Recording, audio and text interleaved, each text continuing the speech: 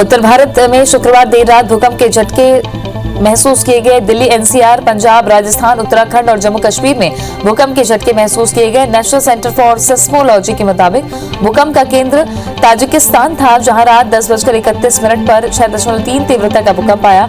इसी का असर भारत के कई राज्यों में महसूस किया गया। राहत की बात यह है कि अभी तक जानमाल के नुकसान की कोई खबर नहीं है।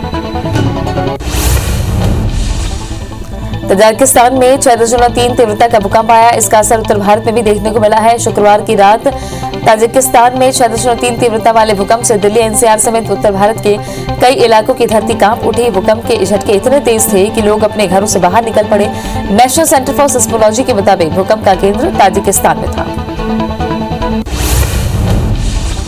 तमिलनाडु के विरुधुनगर में दिल दहला देने वाली घटना सामने आई है, जहां एक पटाखा फैक्ट्री में भीषण आग लग गई, जिसमें 16 लोगों की मौत हो गई है। आग लगने के कारणों का अभी तक पता नहीं चल पाया है। पुलिस के मुताबिक आग तब लगी जब पटाखे बनाने के लिए केमिकल को मिलाया जा रहा था। मौके पर दमकल की आधा दर्जन से ज्यादा गाड़ियां हैं और आग पर काबू पाने की कोशिश की जा रही है। विस्फोट में लगभग 33 लोग घायल हुए। इस घटना पर पीएम नरेंद्र मोदी ने दुख जताया है। हादसे में जान गंवाने वालों के परिजनों के लिए प्रधानमंत्री राष्ट्रीय सहायता कोष के जरिए 2-2 लाख रुपए के मुआवजे का ऐलान किया गया है। प्रधानमंत्री कार्यालय की तरफ से ट्वीट किया गया। तमिलनाडु के विरुधनगर में पटाखा फैक्ट्री में आग लगना दुखद है। इस दुख की घड़ी में शोकाकुल परिवार के साथ हमारी सांत्वनाएं। उत्तराखंड के चमोली में मची तबाही के बाद रेस्क्यू ऑपरेशन जारी है। आपदा में मरने वालों की संख्या 37 हो गई है, जबकि 150 से ज्यादा लोग अभी भी लापता हैं। फिलहाल जोशीमठ टनल में बचाव कार्य चल रहा है। वहीं उत्तराखंड के सीएम भी रेस्क्यू अभियान की पल-पल की अपडेट ले रहे हैं। उत्तराखंड के चमोली जिले में बचाव अभियान का आज 7वां दिन है। सेना, एनडीआरएफ, एसडीआरएफ और जिला प्रशासन की टीम का रेस्क्यू अभियान जारी है। वहीं अभी भी 150 से ज्यादा लोग लापता हैं। सेना के जवान मुस्तैदी से बचाव अभियान चला रहे हैं। दिल्ली बॉर्डर्स पर किसानों के आंदोलन का आज 80वां दिन है। किसान लगातार नए कृषि कानूनों को वापस लेने की मांग कर रहे हैं। किसान आगे का आंदोलन और तेज करने वाले हैं। इसी क्रम में किसानों ने 18 फरवरी को रेल रोको अभियान चलाने का फैसला लिया। दिल्ली के मंगोलपुर इलाके में हुई 25 वर्षीय बीजेपी कार्यकर्ता रिंकू शर्मा की नृशंस हत्या का मामला अब सियासी रंग लेता जा रहा है। दिल्ली बीजेपी अध्यक्ष आदेश गुप्ता ने पीड़ित परिवार से मुलाकात कर उन्हें पार्टी की तरफ से 5 लाख रुपए की आर्थिक सहायता मुहैया कराई। वहीं केजरीवाल सरकार से भी 1 करोड़ रुपए की आर्थिक मदद देने की मांग की। राजनांदगांव के बीजेपी सांसद संतोष पांडे ने लोकसभा में छत्तीसगढ़ी भाषा को टीवी में प्रसारित किए जाने की मांग की है। समाचार प्रसारित करने की मांग की है ताकि इससे राज्य की लोक संस्कृति को बढ़ावा मिल सके, जिस पर केंद्रीय सूचना एवं प्रसारण मंत्री प्रकाश जावड़ेकर ने सदन में कहा है कि जल्द ही वे इस मांग को पूरा करने का प्रयास करेंगे। आज भूपेश कैबिनेट की बैठक सीएम आवास में रखी गई है। कोरोना काल में 1 लाख करोड़ रुपए का बजट लाने की तैयारी में राज्य सरकार दिख रही है। इस बैठक में बजट को मंजूरी के साथ राज्यपाल के अभिभाषण पर भी मुहर लगेगी। स्कूल खोलने पर भी चर्चा होगी। छत्तीसगढ़ का बजट सत्र इस बार 22 फरवरी से शुरू हो रहा है। छत्तीसगढ़ के मुख्यमंत्री भूपेश बघेल आज तिल्दा दौरे पर रहेंगे। अलदा गांव में छत्तीसगढ़ मनवा कुर्मी क्षत्रिय समाज के 75वें महाधिवेशन कार्यक्रम में सीएम भूपेश बघेल शामिल होंगे। बीजेपी प्रभारी डी पुरंदेश्वरी आज 2 दिनों के छत्तीसगढ़ दौरे पर रायपुर आएंगे। इसके साथ ही बीजेपी प्रभारी पदाधिकारियों और वरिष्ठ नेताओं के साथ बैठक करेंगे। डी पुरंदेश्वरी के साथ सह प्रभारी नितिन नवीन भी मौजूद रहेंगे। बता दें कि कुछ दिनों पहले पार्टी से नोकझोंक की घटना सामने आई थी, जिसकी रिपोर्ट हाईकमान को भेजी गई थी। छत्तीसगढ़ के टीकाकरण अभियान में फिलहाल सिर्फ कोविशील्ड वैक्सीन का ही इस्तेमाल किया जाएगा। केंद्रीय स्वास्थ्य मंत्री डॉक्टर हर्षवर्धन के जवाब के बाद भी अभी कोवैक्सीन का उपयोग नहीं किया जाएगा। छत्तीसगढ़ के स्वास्थ्य मंत्री टी.एस. सिंहदेव के मुताबिक कोवैक्सीन के तीसरे ट्रायल के नतीजे का इंतजार किया जाएगा। उज्जैन में बीजेपी के प्रशिक्षण शिविर का आज दूसरा दिन है। सीएम शिवराज ने प्रशिक्षण वर्ग में विधायकों को चेतावनी और संभल कर काम करने की सीख दी। विधायकों को बूथ स्तर पर निकाय चुनाव की तैयारी करने कहा गया है। मंत्रियों और विधायकों के निजी स्टाफ को भी ट्रेनिंग दी जाएगी। पूर्व सीएम कमलनाथ ने सरकार के माफिया मुक्त अभियान को महज जुमला बताया है। कमलनाथ ने ट्वीट कर कहा कि मध्य प्रदेश में शिवराज सरकार का ये कैसा माफिया मुक्त अभियान।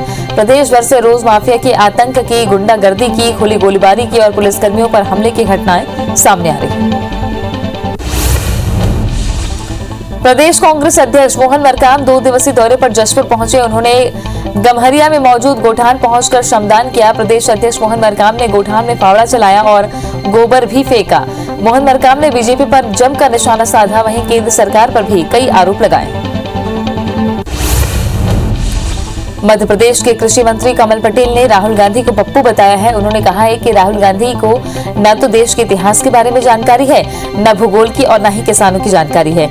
राहुल गांधी ऐसे काम कर रहे हैं जिससे पूरी कांग्रेस डूब गई है। ग्वालियर की नैरोगेज ट्रेन को एक बार फिर से चलाने की कोशिशें शुरू हो गई हैं। राज्यसभा सांसद ज्योतिरादित्य सिंधिया ने रेल मंत्री पीयूष गोयल को पत्र लिखकर आग्रह किया है कि पर्यटकों को आकर्षित करने के लिए नैरोगेज ट्रेन को हेरिटेज ट्रेन के रूप में चलाया जाए। उन्होंने नैरोगेज को और ज्यादा सुविधाजनक बनाने का भी निवेदन किया। महासमुंद जिले में वाणिज्य और उद्योग विभाग ने जिला स्तरीय कार्यशाला उद्यम समागम का आयोजन किया। कार्यक्रम में केंद्र सरकार और राज्य सरकार की उद्योग नीति को जानकर रोजगार सृजन करने पर चर्चा हुई। कार्यक्रम में मुख्य अतिथि के रूप में वाणिज्य मंत्री कवासी लखमा शामिल हुए और छत्तीसगढ़ के उद्योग नीति की सराहना की। छिंदवाड़ा में पीसीसी चीफ के निर्देश पर कांग्रेसियों ने पदयात्रा शुरू की, जिसका नेतृत्व पूर्व मंत्री दीपक सक्सेना ने किया। पदयात्रा के दौरान कांग्रेस के कार्यकर्ता और नेता तीनों कृषि कानूनों के संबंध में आम जनता को जानकारी देंगे। कांग्रेस की ये पदयात्रा रोजाना जिले के सभी विकासखंड में 10-20 किलोमीटर का भ्रमण करेगी। केंद्रीय नागरिक उड्डयन मंत्री हरदीप सिंह पुरी की घोषणा के बाद बिलासपुर के चकरभाटा एयरपोर्ट से हवाई सेवा की तैयारियां तेज हो गई हैं। सभी जरूरी प्रक्रियाओं के साथ एयरपोर्ट की सुरक्षा से जुड़ी व्यवस्थाओं को दुरुस्त किया जा रहा है। घोषणा के मुताबिक 1 मार्च से बिलासपुर के चकरभाटा एयरपोर्ट से हवाई सेवा शुरू की जानी है। एमपी में सिपाही से लेकर इंस्पेक्टर स्तर के पुलिसकर्मियों की अब अपनी मूल शाखा से मलाईदार यूनिट में आंतरिक प्रतिनियुक्ति नहीं हो सकेगी। पीएसक्यू ने 9 फरवरी को 8 साल पुराने नियम को निरस्त कर दिया है। जबलपुर वाली घटना से डेपुटेशन के इस आदेश को जोड़कर देखे जाने पर पीएसक्यू ने इनकार किया। कोरोना संकट काल में 17 मार्च से लगातार 10 महीने तक एमपी हाईकोर्ट बंद रहा, मगर अब 15 फरवरी से हाईकोर्ट पूरी तरह खुलने जा रहा है। कोरोना काल में मुकदमों की सुनवाई वीडियो कॉन्फ्रेंसिंग के जरिए की जा रही थी, लेकिन 15 फरवरी से हाईकोर्ट को फिजिकल हियरिंग के लिए खोल दिया जाएगा। ग्वालियर में एक सब इंस्पेक्टर को समय पर पदोन्नति नहीं दिए जाने पर हाईकोर्ट की ग्वालियर बेंच ने एडीजी इंटेलिजेंस आदर्श कटियार को तलब किया है और अगले 15 दिन के अंदर कोर्ट के दिशा निर्देशों का पालन करने कहा है। बता दें कि सब इंस्पेक्टर को 2013 से इंस्पेक्टर के रूप में मिलने वाला प्रमोशन नहीं दिया गया। मार्च से शुरू होने वाली 10वीं 12वीं बोर्ड परीक्षाओं को लेकर माध्यमिक शिक्षा मंडल ने हाईकोर्ट में कैविएट दायर की है। मंडल ने कहा है कि परीक्षा को लेकर कोई याचिका हाईकोर्ट में आती है तो इसकी सूचना के साथ साथ पहले सुनवाई की जाए। बता दें कि 15 मार्च से 24 अप्रैल के बीच 10वीं 12वीं बोर्ड की परीक्षाएं होने वाली हैं। रिटायर्ड सहायक उप निरीक्षक की अवमानना याचिका पर सुनवाई करते हुए हाईकोर्ट ने डीजीपी को नोटिस जारी कर जवाब मांगा है। बता दें कि धमतरी के रिटायर्ड सहायक उप निरीक्षक पप्पू राम साहू 1 साल पहले रिटायर हुए थे, लेकिन जब उनके पेंशन भुगतान का वक्त आया तब विभाग द्वारा उनकी 10% पेंशन राशि रोक दी गई। इसे लेकर उन्होंने याचिका दायर की थी। हाईकोर्ट की स्पेशल डिवीजन बेंच में नान घोटाले की सुनवाई हुई। सुनवाई के दौरान अधिवक्ता ने विक्रम उसेंडी का पक्ष रखते हुए कहा कि छत्तीसगढ़ में नई सरकार बनने के बाद नान मामले में जो नया एफआईआर दर्ज किया गया है उसकी जरूरत नहीं थी। नई सरकार द्वारा बदला लेने के उद्देश्य से ऐसा किया गया है। मामले पर 19 फरवरी को दोबारा सुनवाई होगी। बलरामपुर जिले में 1 माह पहले समर्थन मूल्य पर मक्का खरीदी की शुरुआत हुई थी, लेकिन अब रामानुजगंज और सामरी विधानसभा क्षेत्र के खरीदी केंद्रों में ताला लग गया है। किसान का मक्का न बिक पाने से किसान परेशान है। बता दें कि जिले में 1850 रुपए क्विंटल समर्थन मूल्य पर मक्के की खरीदी की शुरुआत की गई थी। जबलपुर में कांग्रेस नेता कदीर सोनी और उनके भाइयों पर करोड़ों की सरकारी जमीन बेचने के मामले में लोकायुक्त पुलिस ने केस दर्ज किया है। आरोप है कि कांग्रेस नेता और उनके भाइयों ने गृह निर्माण सोसाइटी बनाकर करोड़ों की सरकारी जमीन बेच दी थी। लोकायुक्त पुलिस ने मामले में कुछ सरकारी अधिकारियों को भी आरोपी बनाया। शिक्षण संस्थान के लिए आरक्षित जमीन पर अस्पताल की इमारत बनाने के मामले में लोकायुक्त ने जबलपुर में बड़ी कार्रवाई की है। इस प्रकरण की लंबे समय तक चली जांच के बाद लोकायुक्त ने नगर निगम, जबलपुर विकास प्राधिकरण और अधिकारियों समेत 16 लोगों पर मामला दर्ज किया। मुरैना जिले के पूर्णता इलाके में जीएसटी चोरी की लगातार शिकायत के बाद छापेमार कार्रवाई हुई। ग्वालियर की एंटी विजन ब्यूरो टीम ने 3 फर्मों पर कार्रवाई की और दस्तावेज जब्त किए। अब जांच के आधार पर आगे की कार्रवाई की जाएगी। बता दें कि ग्वालियर जीएसटी टीम हरिशंकर तंबाकू वालों की 3 फर्मों पर कार्रवाई कर रही है। मुरैना में अवैध कॉलोनियों पर भी पुलिस और निगम प्रशासन ने शिकंजा कसना शुरू कर दिया है। निगम ने अवैध कॉलोनियों को लेकर बड़ी कार्रवाई की। टीम ने अंबा बाईपास और अतरसुमा इलाके में स्थित अवैध कॉलोनियों से अतिक्रमण हटवाया, जिसकी कीमत लगभग 42 करोड़ बताई जा रही है। इसके साथ ही जिले में दूसरी जगहों पर भी कार्रवाई की गई।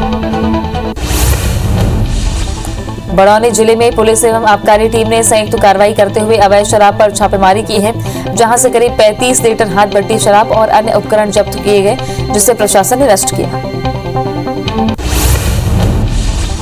कोरिया जिले के भरतपुर में रेत खनन और परिवहन को लेकर पिछले 6 दिनों से ग्रामीण लगातार प्रदर्शन कर रहे हैं। ग्रामीणों की मांग है कि अवैध खनन और परिवहन करने वाले रेत ठेकेदार पर कार्रवाई हो। वहीं भरतपुर जनपद पंचायत के जनप्रतिनिधियों ने कलेक्टर के नाम एसडीएम को ज्ञापन सौंपा है। बलरामपुर जिले में एक वनपाल अपने पूरे परिवार के साथ डीएफओ कार्यालय में भूख हड़ताल पर बैठ गया और वन अधिकारियों पर फर्जी हस्ताक्षर कर करोड़ों रुपए के भ्रष्टाचार और प्रताड़ित करने का आरोप लगाया। इसके साथ ही कई महीनों से वेतन नहीं देने का आरोप लगाया और कहा कि केवल 1 साल में 8 बार उसका ट्रांसफर किया गया। जबलपुर में बदमाशों की धमकियों से प्रताड़ित होकर एक महिला अपने बच्चों के साथ कोतवाली थाने के बाहर धरने पर बैठ गई।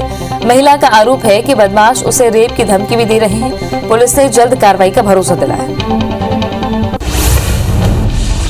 भारतीय कम्युनिस्ट पार्टी का 1 फरवरी से शुरू हुआ धरना कमिश्नर को ज्ञापन सौंपने के साथ खत्म हुआ। पार्टी ने जगदलपुर कमिश्नर कार्यालय के सामने अपनी 28 सूत्री मांगों को लेकर धरना प्रदर्शन किया। पार्टी के नेताओं का आरोप है कि राज्य में कांग्रेस पार्टी और केंद्र में बीजेपी ने सरकार तो बना ली, लेकिन चुनाव के दौरान किए गए वादों से मुकर गए। कबीरधाम जिले के ग्राम पंचायत रबेली में अवैध रूप से बने कॉम्प्लेक्स पर तोड़फोड़ की कार्रवाई की गई। ग्राम पंचायत ने पहले भी कब्जा करने वालों को नोटिस जारी किया था, जिसके बाद कवर्धा तहसीलदार की मौजूदगी में नदी किनारे बने 4 कॉम्प्लेक्स और 2 सरकारी जमीन पर बनाए गए निर्माण को जेसीबी की मदद से तोड़ा गया। जगदलपुर के महारानी अस्पताल में प्रसूति वार्ड में अज्ञात युवक के लगातार गन लेकर पहुंचने से कर्मचारियों ने सुरक्षा की मांग की। बताया जा रहा है कि युवक लगातार 3 दिन से अस्पताल के प्रसूति वार्ड के चक्कर लगा रहा है, जिसके बाद पुलिस ने मामले में संज्ञान लेते हुए अज्ञात युवक की तलाश शुरू कर दी। रायगढ़ नगर निगम के कर्मचारियों के ईपीएफ राशि पर नया विवाद शुरू हो गया है। निगम के प्लेसमेंट कर्मचारियों के ईपीएफ की राशि तो काटी गई, लेकिन उसे पिछले 1 साल से ईपीएफ खाते में जमा ही नहीं किया गया। ये राशि तकरीबन 60 लाख रुपए के आसपास बताई जा रही है। देवास, नेमावर और खातेगांव क्षेत्र में जिला कार्यक्रम अधिकारी ने आंगनवाड़ी केंद्रों में औचक निरीक्षण किया। जहां कुछ आंगनवाड़ी केंद्रों में ताला लगा मिला तो कुछ आंगनवाड़ियों में बच्चों की उपस्थिति कम मिली। संबंधित अधिकारी पर कार्रवाई की गई। चंबल नदी के उसैद घाट पर मृत मगरमच्छ के मिलने से वन अधिकारियों में हड़कंप मच गया। मगरमच्छ की मौत के कारणों का पता पोस्टमार्टम के बाद भी नहीं चल पाया। बता दें कि नदी में मगरमच्छ और घड़ियालों की मौत का ये पहला मामला नहीं है। इससे पहले भी मौतें हो चुकी है और मौत का खुलासा आज तक नहीं हो पाया। रायपुर के मोहा ओवरब्रिज में शुक्रवार की रात कार और 2 ऑटो के बीच जबरदस्त भिड़ंत हो गई, जिसमें 3 लोग घायल हो गए और एक व्यक्ति की हालत गंभीर है। तेज रफ्तार कार ऑटो से टकराकर दूसरे ऑटो को भी ठोकते हुए बेकाबू हो गई। हादसे में कार ड्राइवर को गंभीर चोट आई है। पंडरी पुलिस ने मौके पर पहुंचकर तीनों घायलों को अस्पताल पहुंचाया। मध्य प्रदेश के मंदसौर जिले में पुलिस और कंजरों के बीच मुठभेड़ हो गई। राजस्थान की सीमा से सटे इलाकों से करीब आधा दर्जन से ज्यादा कंजर प्रदेश की सीमा से लगे गांव में लूट की नीयत से आए थे। मौके पर पहुंची पुलिस ने घेराबंदी कर कंजरों को पकड़ने का प्रयास किया, लेकिन पुलिस पर फायरिंग करते हुए बदमाश फरार हो गए। दतिया के इंदरगढ़ थाना क्षेत्र में नहर में नहाने गए एक युवक की मौत हो गई, जिसकी लाश अब तक नहीं मिल पाई है। जिसकी तलाश के लिए नहर बंद करने की मांग को लेकर परिजन धरने पर बैठ गए, जिसके चलते स्टेट हाईवे पर घंटों तक जाम की स्थिति बनी रही। इस पर सेवढ़ा एसडीओपी ने कहा कि राजघाट और पारिक्षा दोनों नहरें बंद करा दी गई हैं। जल्द ही लापता युवक की तलाश कर ली जाएगी। भिलाई नगर पालिक निगम क्षेत्र में हुक्का बार पर कार्रवाई के लिए निगम ने कई होटल और रेस्टोरेंट में एक साथ दबिश दी। इस दौरान सूर्या मॉल के ब्लैक जैक और स्मोक बार का गेट बंद मिला। साथ ही होटल ग्रैंड हिलन, Third Degree, Floret hotel, Cross Road, Flora Cafe, बंकरज को भी निरीक्षण किया गया। बालोद जिला में नौकरी लगाने के नाम पर धोखाधड़ी का बड़ा मामला सामने आया है। दल्ली राजहरा निवासी सतीश उपाध्याय ने डोंडी लोहारा क्षेत्र और बालोद क्षेत्र के कई गांव के 52 बेरोजगारों से 27 लाख रुपए की धोखाधड़ी की। पीड़ित बेरोजगारों ने डोंडी लोहारा थाना में धोखाधड़ी की शिकायत दर्ज कराई है। वहीं पुलिस मामला दर्ज कर आरोपी की तलाश कर रही है। बिलासपुर के कोनी इलाके के पार्षद पर फुटकर सब्जी व्यापारियों ने अवैध वसूली का आरोप लगाया है। सब्जी विक्रेताओं ने कहा कि इलाके का पार्षद उनसे गुंडा टैक्स वसूल रहा है। पैसा नहीं देने वाले सब्जी विक्रेताओं के साथ मारपीट और बदसलूकी की बात भी सामने आ रही है। पूरे मामले को लेकर सब्जी विक्रेताओं ने महापौर से भी शिकायत की, जिसके बाद महापौर ने जांच के आदेश दिए। ग्वालियर के आनंद नगर चौराहे स्थित एसबीआई के एटीएम को लूटने के मंसूबे से पहुंचे बदमाश पुलिस को देखकर फरार हो गए। एटीएम को लूटने के इरादे से पहुंचे 4 बदमाशों ने सबसे पहले सीसीटीवी कैमरे तोड़ दिए। जैसे ही एटीएम में तोड़फोड़ शुरू की, इसकी सूचना पुलिस को मिली, जिसके बाद पुलिस तत्काल मौके पर पहुंची। रीवा में प्रधानमंत्री आवास योजना के नाम पर लाखों की ठगी करने वाले बाप बेटे को पुलिस ने गिरफ्तार कर लिया है। सामान थाने के अंतर्गत हुए फर्जीवाड़े के मामले में दोनों ने नगर निगम की फर्जी पर्ची के दम पर सैकड़ों लोगों से ठगी की थी और कई जगह पैसों का निवेश भी किया, जिसके बाद पुलिस आरोपियों की संपत्ति की जानकारी जुटा रही है। टीम इंडिया के पूर्व क्रिकेटर विनोद कांबली वारासिवनी में हो रहे देवधर ट्रॉफी के फाइनल मुकाबले में शामिल हुए, जहां क्रिकेट पिच पर बैटिंग और बॉलिंग करते हुए भी नजर आए। वारासिवनी में पिछले 27 सालों से अंतर्राज्यीय क्रिकेट टूर्नामेंट देवधर ट्रॉफी का आयोजन किया जाता है, जिसमें सभी प्रदेश की टीमें हिस्सा लेने पहुंचती हैं।